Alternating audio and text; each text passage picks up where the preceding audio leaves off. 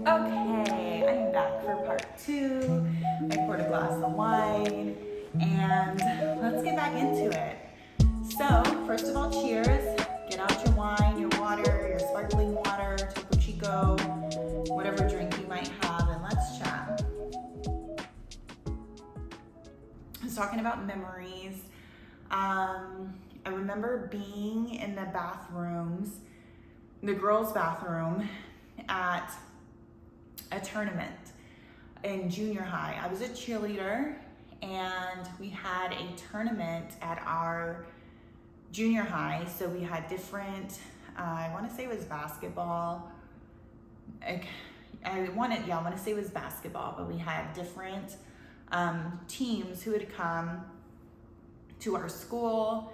It was like a Saturday, it was a weekend thing, and I was cheering in the tournaments. Well, at one point I had gone to the bathroom and there was a school there who the team was an all black team, and I don't remember if they were from the next town over or exactly where they were from, because like I said, we didn't grow up in my hometown with a whole lot of black people. Yes, there were black people I went to school with and who I did become friends with, but we weren't,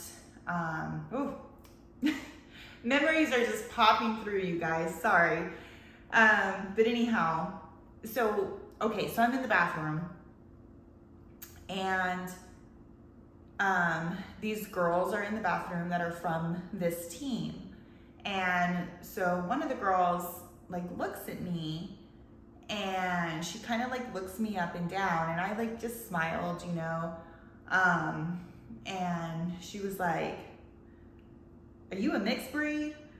And I was like, "What?" Like I was like, huh? And I'm in all of 8th, 9th grade. So I'm like 14 years old. I'm still figuring myself out. I think at this point, I don't remember if I had started straightening my hair yet or not. I might have started straightening my hair. Like there wasn't like, the Chi iron hadn't come out yet. Like this is how old I am, you guys. Like I remember when the Chi iron came out, and I can tell you a whole story about the moment it came out. But, and so I think at this point I was using like a curling iron to straighten my hair, and you can just imagine on my hair what damage that did and how awful it looked. But that's what I wanted, because nobody looked like me and I wanted straight hair like everybody else. And so she was like, "You a mixed breed?" And like I said, like I was just so taken aback. And I don't know what I said to her. I might have said no. I might have just like laughed it off, but I remember feeling deeply uncomfortable, and not uncomfortable with her, uncomfortable in my skin, uncomfortable in my body. Like I remember just feeling so little. I was very little, but I remember feeling so small. Like, I'm just like, like I didn't, and it was an internal battle. It was never a battle that I shared with my friends, and I didn't share it with my family because I didn't feel like I could. I didn't feel like, I didn't want to make my parents feel bad. And again, this is all before I knew anything. I didn't know anything, okay? I didn't find the truth out until I was 31 years old, okay? I'm 37 now, but I didn't find out until I was 31 years old. So imagine carrying something like this with you your entire life. You have this internalized, identity crisis, confusion, but you're too young to even understand what that means, because we don't even really get to know ourselves until we are well into adulthood. I think I'm still getting to know myself on different levels. And whoever was with me, it was another cheerleader who was a friend of mine, but they just kind of started laughing, and they were like, why does everybody say that? But she was like, but you know, like, I thought the same thing. Like, I thought you were black. And, you know, and sometimes when people would say it, let's just be completely honest. Sometimes the people that I grew up with, when they would say it, they would say it with disgust, or they would not. And I don't want to put this on anybody, because I'm sure that some of you watching are people I grew up with, and I don't want anybody to take it the wrong way, because we were all so young. And but I endured a lot of internal pain by things that were said to me. Whew. I was not expecting to get emotional. Okay, let's take another sip. Everything's okay. Emotions are okay. Crying is okay. I just don't want to do it right now.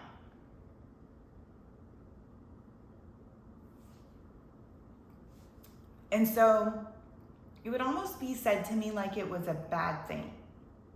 Like it was, and people still do this to this day. Everywhere you go, not people, I'm not talking about people I grew up with now. I'm just talking about anywhere you go. Like, if you're watching, you already know this. If you are a black person or a mixed person, you already know this. People have a tendency to say black under their breath like it's a dirty word, like it's a bad word. Like, I thought you were black. Or like, you know, oh, well, they're all black. Or it was this black guy. This is black girl. Like, just fucking say the word. Like, it's a word. Just say it. Just say it. A lot of internalized hatred and shame toward myself because I didn't understand why people saw me so differently from who I was told I was. And it's not that I never saw myself in a mirror. It's not that I never saw myself looking like the girls in the magazines, like I said earlier. I was just raised around people that were taught racism. And that was hard. Now, thankfully, thank God, I was raised by the parents that I was raised by. I don't know my biological father. I haven't had the chance to meet him or find him. I know very little about him. And so when I say thank God I was raised by the parents I was, I'm not saying that in reference to him because I don't know him. I'm saying it in reference to the fact that I had parents who were extremely loving and kind and open-minded and welcoming, and liberal in a very conservative town. And I'm not saying liberal and conservative, like one's better than the other. Let's just not get into political views right now. That's another thing that I am deconstructing and working toward. If you saw one of my first videos, I explained that I was deconstructing a lot and deconditioning a lot from societal norms and things of that nature. And one of those things is politics and having to pick a side. But I say it in the sense of like there was always room for others in my family. The N-word was not used. I was taught how horrible and how bad of a word it was, and that it was to never be spoken. It was never to be said. And not just that, a lot of things, you know, for different races, a lot of words that are used for different races that are, you know, condescending and negative and derogatory. And that's how I was raised. And so my upbringing was so different from a lot of other people's. And I think that also had an internalized effect on me, because when we're kids, we want to fit in. We want to fit in with our friends. We want to make sense to them. We don't want to be made fun of. We don't want to be left out. And so internally, I felt a lot of rage because people would say those words, or they would, make racist comments, or, whatever the case may be. And I would feel so gross, like so angered by it, but I would hide it. I would just stuff it down. And their parent, there were certain people whose parents I overheard say things like that, not in reference to me, but just in general, who would make racist comments. And it was a hard thing to grow up in, knowing that there was a part of me who was trying to figure out who I was. And the older I got, and the more that I started to realize, like, okay, everywhere I go, people think I'm Black. And not knowing for sure, not knowing at all really, and like just kind of making it humorous and like kind of laughing it off and that sort of thing, and be like, nope, I'm just I'm Mexican and white. I just have this hair, and like, I don't know, like, jeans are funny, like it was always a way for me to kind of like push it aside and laugh it off. And but I had come to a point where I was very well aware that people saw me differently than what I thought I was. And so because of that, whenever I would hear people make certain comments, I would feel like, well, are they thinking that about me because they already think that I am, they already think that I'm Black, and it's confusing. And I really hope that you're keeping up here, and you might be like, what the fuck are you talking about? And I hope it don't sound like I'm just rambling, but it was just a confusing time, and I'm trying to process that confusion with you here. So yeah, anyhow, I moved into a time of my life where I met my son's father, and we got together, we fell in love. He was my first serious boyfriend, and he's a Black guy. And at that, because of I was kind of limited in my hometown to who I could date. I mostly dated Hispanic guys, and then I dated Black guys, and I always really wanted to date Black guys more than any other race. And anybody can feel that way, and it's 2023, like, okay, like, but I'm just, again, expression. When I started going around my son's father's family and being with them, I felt a different sense of belonging than I had felt my entire life. I felt seen, and I felt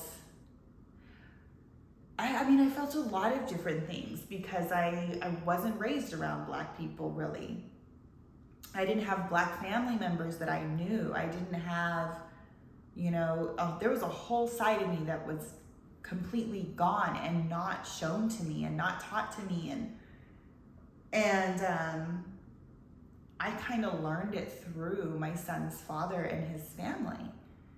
And so at first it was uncomfortable. At first I kind of felt like, oh my gosh, like I feel very like different. But at the same time, I still didn't know the truth about myself. There was a lot of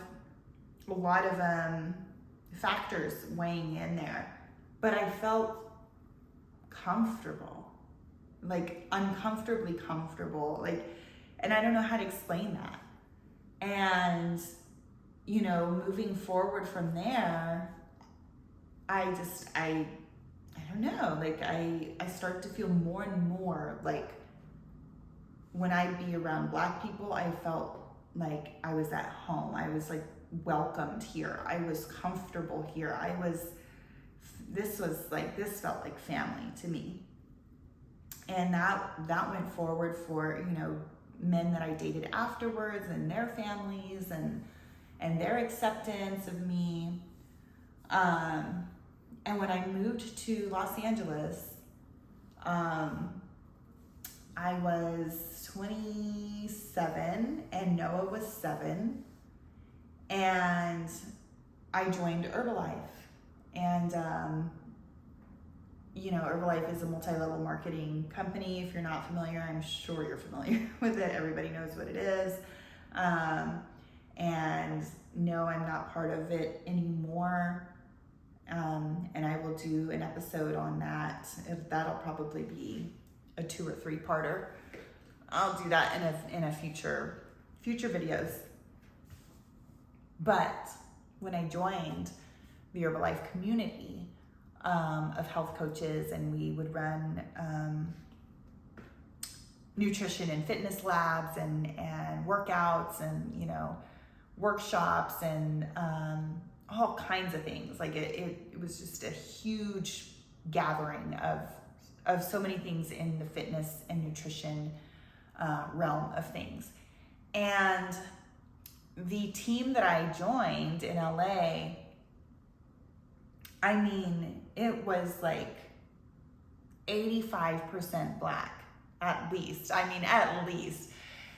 And again, I still didn't know like the truth about myself, but man, I felt so alive and so welcome. Like I felt like I was home. Like this was where, these were my people. Like this was for the first time in my life. Now I have best friends. I have my very best friend who I grew up with from the time we were 8 years old, and she's Mexican. I have 2 of my other best friends who also live here, who I met in college. They're both Mexican. And so they've been on this journey with me because they've known me since I was Mexican. Now I'm not. But this group, this just felt like these were the first friendships I had with Black women. I had never had Black women friends, like close friends before. And that's, you know, that's another thing that I'll get into at some point. I didn't really feel accepted a lot by Black women. And that was hard for me too. There were two Black women that I was very close to who were my son's father's cousins. And so they, you know, I was family to them, they were family to me. But this was different in the sense of like, I just a different type of bond, a different type of friendship. And I just felt so included. And I never felt that my entire life. I never felt like I was part of something and people recognized me. And, you know, it was, everything was just, you know, for some of them, I was like, yeah, like I'm Mexican. And they're like, girl, no, you're not. Like, you know, and they would just like straight like, girl, you Black. Like, and I'd be like, oh, well, like this, you know, I don't know. But I felt, you know, I felt different. Also in LA, I would go on a lot of auditions for modeling gigs and print ads and like commercials and things like that. And so the agent that I was working with had put me down as ethnically ambiguous. So this way I could kind of get roles that you didn't have to be a certain race, or like people weren't exactly sure who or what you were. And castings are straight up, like they want white female or Black female or biracial female or Hispanic female. Like they're very, very particular. And so the majority of roles that I would be casted for, or not casted for, but like asked to audition for, were the roles that were, you know, African American woman, biracial woman, black and white, black woman. And so I was always like going on these auditions, and then I would see all these women who looked like me. And this was the first time in my life I was seeing this many women who looked like me, who were mixed race. I was seeing them in the flesh. They were odd, but to me, I was like, they're obviously black. And I remember looking around the room and being like, man, like they're obviously black. And I'm, you know, in my head, I'm like, I'm the Mexican in the room, but I look like them and they look like me. And it was, again, a lot of internalized confusion and racial identity crisis. And just something in me just started to like, some things, like things are not adding up.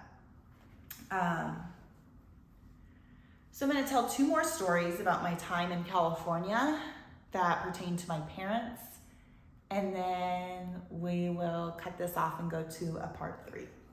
Okay, so story number 1, I was living in Burbank at the time, and my mom and my aunt, the one with the curly hair, you heard about her in the first video, the one who I supposedly got my hair from, she had flown in, my mom had flown in, and they came to visit.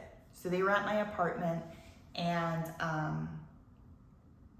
we were having a glass of wine. Cheers, let's sip to that.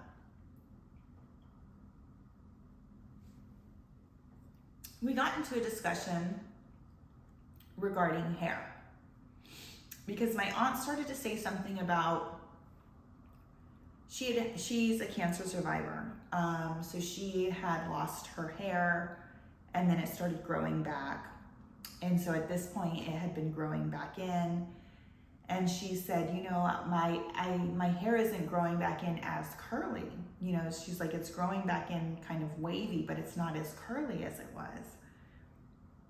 And we just talked about how interesting that was. And then we just kind of moved into like, where does the curly hair come from? And then I was just like, yeah, like I've always wondered where our curly hair comes from. Like I wonder if it's just like down the line somewhere, or like, you know, if we have black people in the family down the line. And I see my mom getting a little like shifty in her seat. And like at this point, I was very aware of, I'm a very observant person. I'm very aware of people's actions. I'm very aware of their bodily movements, their body language, their faces, their shifts, like the shift change in your face, your energy. I notice it like that. And I pick up on things in the weirdest ways. And I just immediately was like thinking to myself, she's uncomfortable. So I said, yeah. And I'm making eye contact with my aunt, but my mom is sitting next to her. And I say, yeah, you know, I've always wanted to take one of those 23andMe like DNA tests just to kind of like see what's down the line, you know, like, I just want to know what's all in there. Y'all, when I say my mom started chugging her wine, I mean, I look over and she's like this, like I can't even do it because I can't chug wine. Like she's chugging her wine. And my aunt changes the subject immediately. And I'm like, okay, interesting. I sat back. I didn't say a word. I went along with the subject change that my aunt made, but it was like, okay, noted. This is tabled for another time. Whenever, a couple years later, we lived in California for 5 years. So A couple years later, my dad flew in on a work trip, and he flew into San Diego. And so Noah and I went to go pick him up, and he had already gotten to his hotel. And so I was like, yeah, we'll pick you up from the hotel. You know, we were gonna go hang out and go do some stuff. So we go pick him up, and he's standing outside of the hotel. I hadn't seen my dad in about 3 years at this point. He hadn't come to visit. We had some discussions regarding my move to California that he wasn't too happy with. And so we hadn't really talked a whole lot. We would talk here and there. But there was just a lot of, tension, I guess. And so this was the first time I was seeing him in a few years. And it was almost like seeing him for the first time. And I know that sounds crazy because you're like, well, he raised you. But I pull up in front of the hotel, and he's standing outside of like the lobby doors where you would pull up as if you're gonna go check in. And I'm like, in my head, I'm like thinking, and I'm looking at him, and I'm like, wow, I'm like, that's not my dad. Like that he can't be my father. Like, and it was nothing negative. It was just like I was seeing him, his physical, like I was seeing him in the way I hadn't seen him before. And then maybe it was because I had so many years of not seeing him, and so many years of trying to, understand who I was, and so many years of like kind of becoming who I was without knowing who I really was.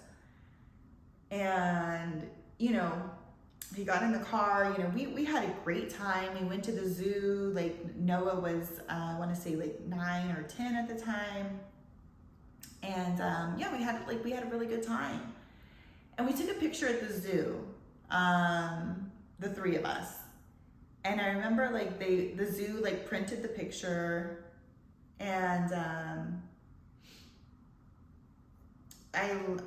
we got home. Noah and I got home later, and I just was staring at the picture, and I was just like, this isn't, like, we don't look anything alike, like nothing. Like there is no, like how, and it was just a very confusing moment for me. And it must have been a year and a half, maybe a year later that I would decide to take a 23andMe test. Stay tuned. Thanks for chatting with me. Cheers.